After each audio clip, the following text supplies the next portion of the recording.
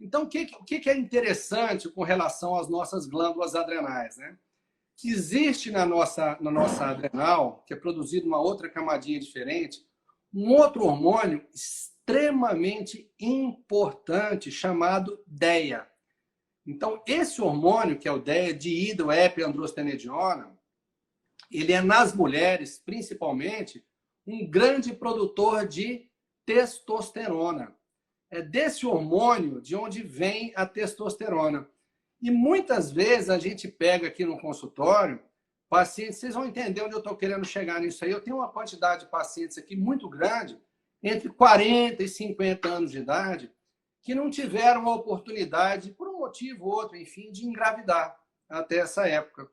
E aí, quando chegam com 40, 42 anos de idade, que vão fazer pesquisas lá, tem problemas de ovulação, ciclos menstruais irregulares, um óvulo, muitas vezes, de má qualidade, mas essa mulher ainda sonha em ser mãe, em ter um bebê, né? E aí a gente pega níveis de DEA muito baixinhos aqui no consultório. E aí uma relação que a gente tem que fazer aqui, quando eu pego níveis de sulfato de DEA, de S-DEA, muito baixinhos aqui, é porque eu não preciso nem olhar para os níveis de cortisol dessa paciente para saber que eles estão muito baixos. E para saber que esse problema inflamatório dessa mulher, dessa paciente, é antigo, é crônico, né? Porque é simples assim de explicar para vocês. Vamos supor que a minha mão aqui é a nossa glândula adrenal. Então, por essa via, ela produz o cortisol. Cortisol é manutenção da vida. E por essa via aqui, ela produz o DEA. O DEA vai para a reprodução, para os hormônios sexuais, né?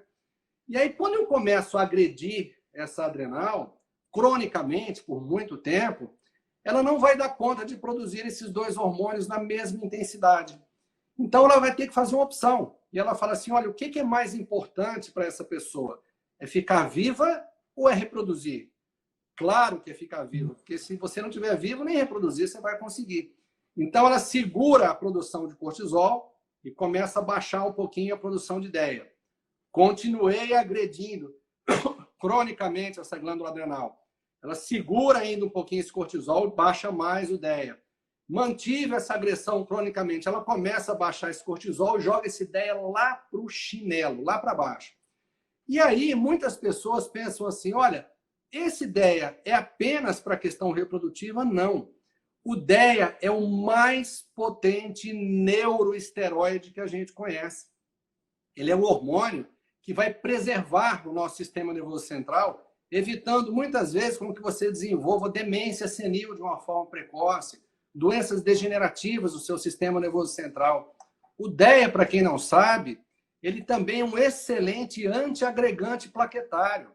Ele vai evitar com que as pessoas formem trombo. Então, ele vai diminuir, entre outras coisas, a incidência de AVC, vai diminuir a incidência de infarto, coisas que as pessoas não falam muito a respeito, e nem os médicos muito falam a respeito disso.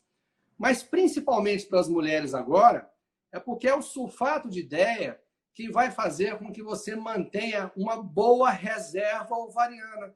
Ele vai te dar um óvulo de qualidade e fazer com que você consiga ovular para poder, consequentemente, engravidar. Existe um outro hormôniozinho que essas mulheres, nessa faixa acima dos 40 anos de idade, dosam muito, e os colegas médicos nas clínicas de reprodução costumam dosar para poder falar a respeito de tratamento de reprodução, chamado hormônio antimileriano. Quando você tem um hormônio antimileriano baixo, isso significa que você não tem uma boa reserva ovariana e dificuldade de ovular e, consequentemente, engravidar. E vai um segredinho para vocês aqui agora. O DEA, ele é capaz de aumentar o seu hormônio antimileriano. Ele consegue fazer com que você tenha uma melhora na sua reserva ovariana e, consequentemente, consiga ovular e ter óvulos de qualidade. Porém, para que eu consiga fazer uma reposição adequada de DEA, eu tenho que passar primeiro por uma reposição de cortisol. Porque se eu não tiver níveis de cortisol adequados, primeiro, eu não vou ter receptor para esse DEA. E níveis elevados de DEA são capazes de bloquear mais ainda os teus níveis de cortisol. Olha que coisa curiosa, né, Ruth? Então, o principal hormônio que você tem que trabalhar numa fase inicial, quando você pensa até em ter um óvulo de qualidade, a voltar a ter uma ovulação perfeita para que você consiga engravidar, primeiro, cortisol, sem sombra de dúvidas. Segundo, DEA. E é por isso que a gente tem que fazer esse acompanhamento em etapas. Primeiro você faz uma coisa para depois você fazer outra. E essa questão do DEA é uma questão tão fantástica, até mesmo para as mulheres aí próximas da menopausa ou na pós-menopausa. Porque muitas vezes eu não preciso nem fazer reposição de testosterona, no caso das mulheres. Você fazendo uma reposição de DEA, pelo menos 20% desse DEA que é reposto, ele vai se converter em testosterona. E aí a mulher consegue voltar a ter libido, consegue ter massa muscular, mais segurança, né? Consegue melhorar os quadros depressivos e tudo mais.